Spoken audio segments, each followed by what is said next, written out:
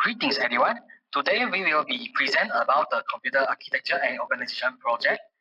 We are from Group C and our project is to use the MIPS program to create a program that can convert the decimal number into binary form, octal form, and hexadecimal by using the MIPS Assembly Language.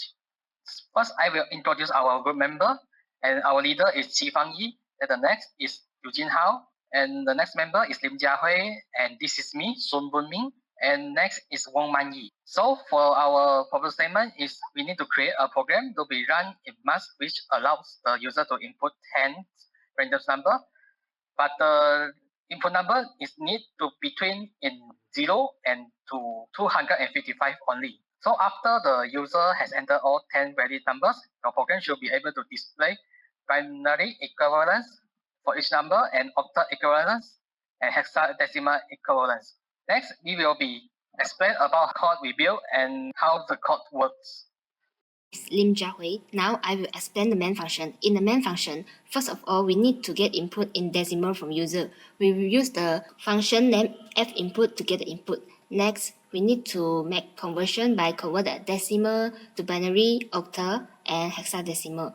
For the conversion, we need the load base address of array into register T2 with 32 bytes of memory for binary, register T4 with 12 bytes of memory for octal, and register T3 with 8 bytes of memory for hexadecimal.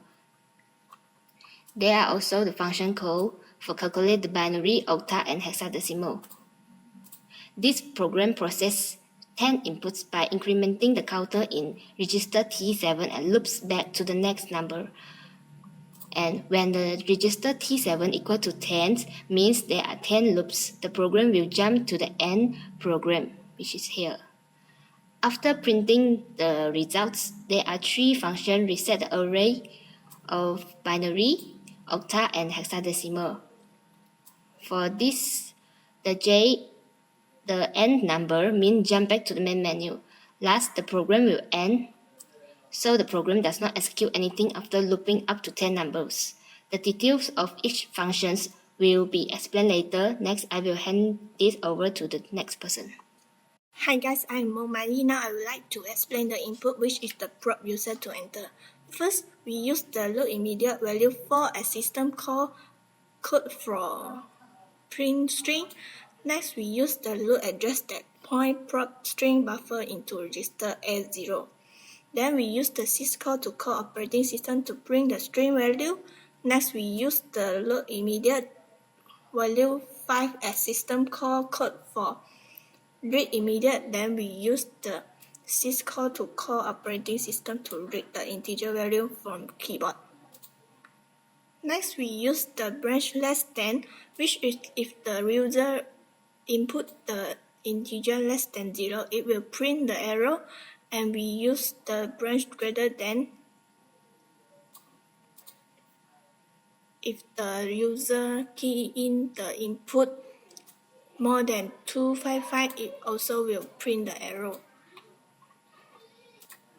For the print error, we use the load immediate value for a system call code for print string. Next, we use the load address that point we input string buffer into register A0. Then we use the syscall to call operating system to print the string value. Next, we jump back to the input loop. Next, we use the move S0 V0, S2 V0, and S3 V0, which is the value key in from the keyboard automatically will be stored temporarily in V0. And we move the number read from V0 into S0, S2, and S3. For the end input, we use the JR and RA, which is jump register to return back to the main function. Hi guys, I'm Eugene. I will now explain about the conversion of decimal to binary, how it works. So first we go to this binary calculate function. And the first instruction is at immediate register S1, register 0, 2, which is used to store the value 2 in the S1 register. Then after that, we go to the next line, calculate binary while at this function, we will need to divide input by 2, in value 2, which is the input value will be stored in S0 register. So after that, the value remainder will be stored in the high register, and for the quotient value will be stored at the low register. So we'll move the high value stored in the register T0, and we store the low value to the register S0.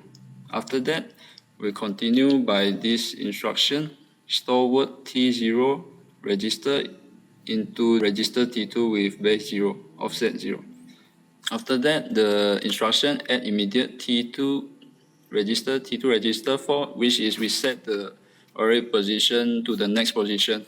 As we know that each position require 4 bytes to store, so we add 4.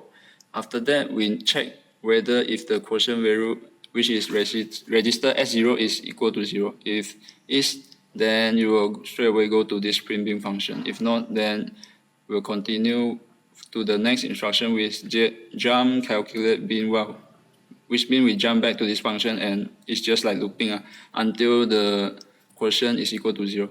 Then the program will straight away go to this print bin function. So for this print binary, we start with load the register T2, which is we reset it to the original position. Then after that, we adjust the register for the binary array to the latest position, which is at the add number. We set this register to the latest. The add position is because we need to print it reversely, since we store the value in reverse. So after that, we continue with add immediate T3. We set T3 register as a counter and initialize it with 0. Then after that, we write this instruction for system to print a message, which is binary column. Okay, next we'll go to this print binary while. At this function, we check first whether this counter T3 is equal to add. If it is equal to add, then we'll go to the exit calculate binary function. So if not, then we'll continue to the next instruction. So at here, we write the instruction, load word A0, register A0, which is we load the value from T2, the binary array, from the base 28, the add number, into this A0 register.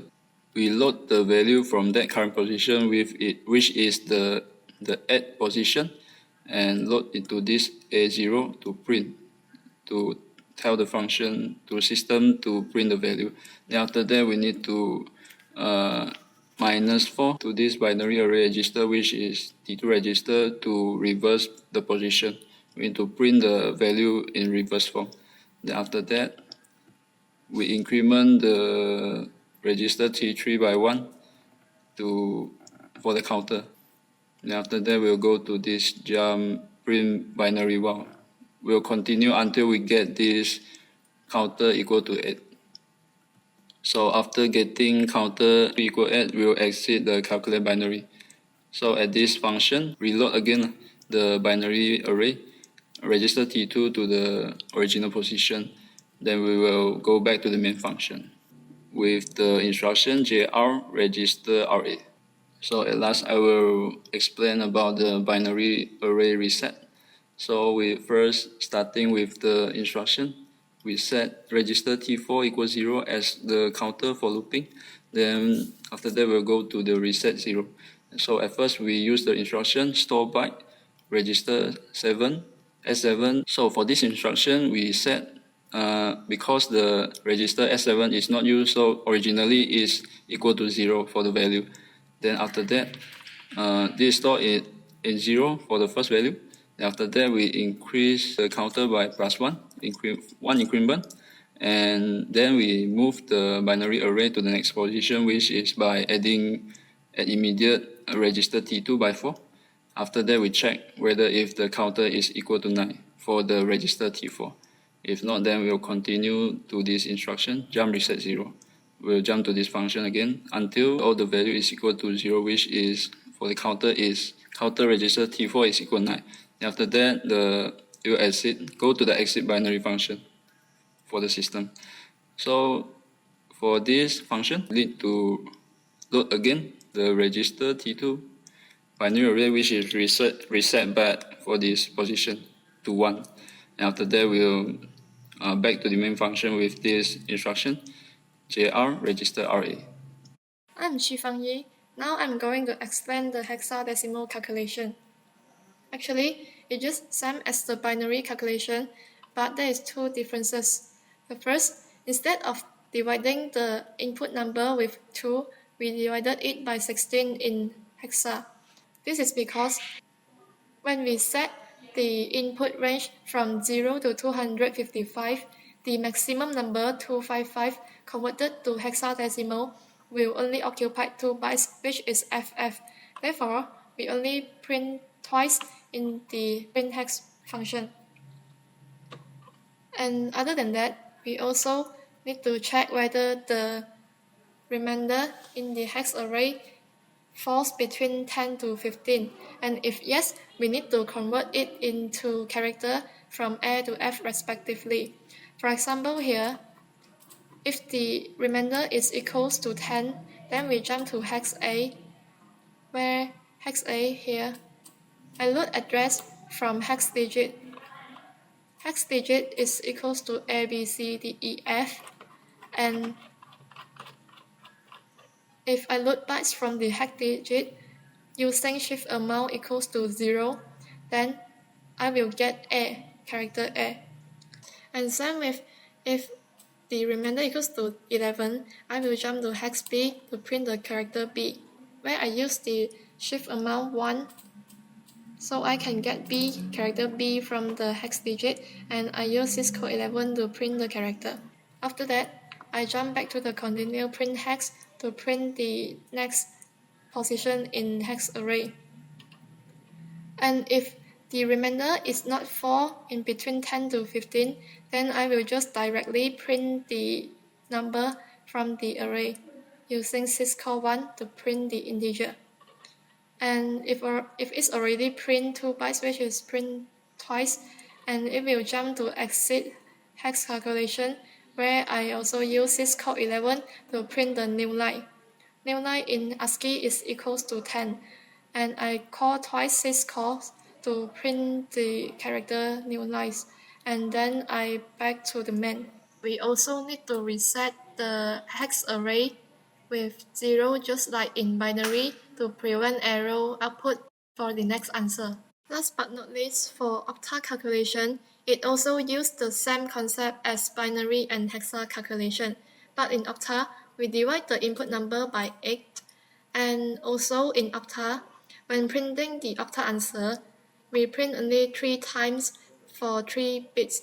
This is because the maximum value input, which is 255, when we convert it to octa, it will equals to 377, where it only occupied 3 bytes. So we just print 3 times for the octa answer. And lastly, we also need to reset the octa array, same as binary and hexa, to prevent any output error when printing the answer. And we go back to main. Lastly, I will demonstrate to show you a sample output. So we just run the program and it will display the message to input the number. So we just input a random number, 54. Then it will display the binary form and the octa form and the hexadecimal form of this number.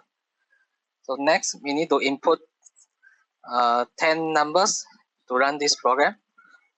So if we input a wrong number like a -1, it will output the input is not ready message. Or if we over the 255, it will be input not ready too. Okay, so we just complete the input the number.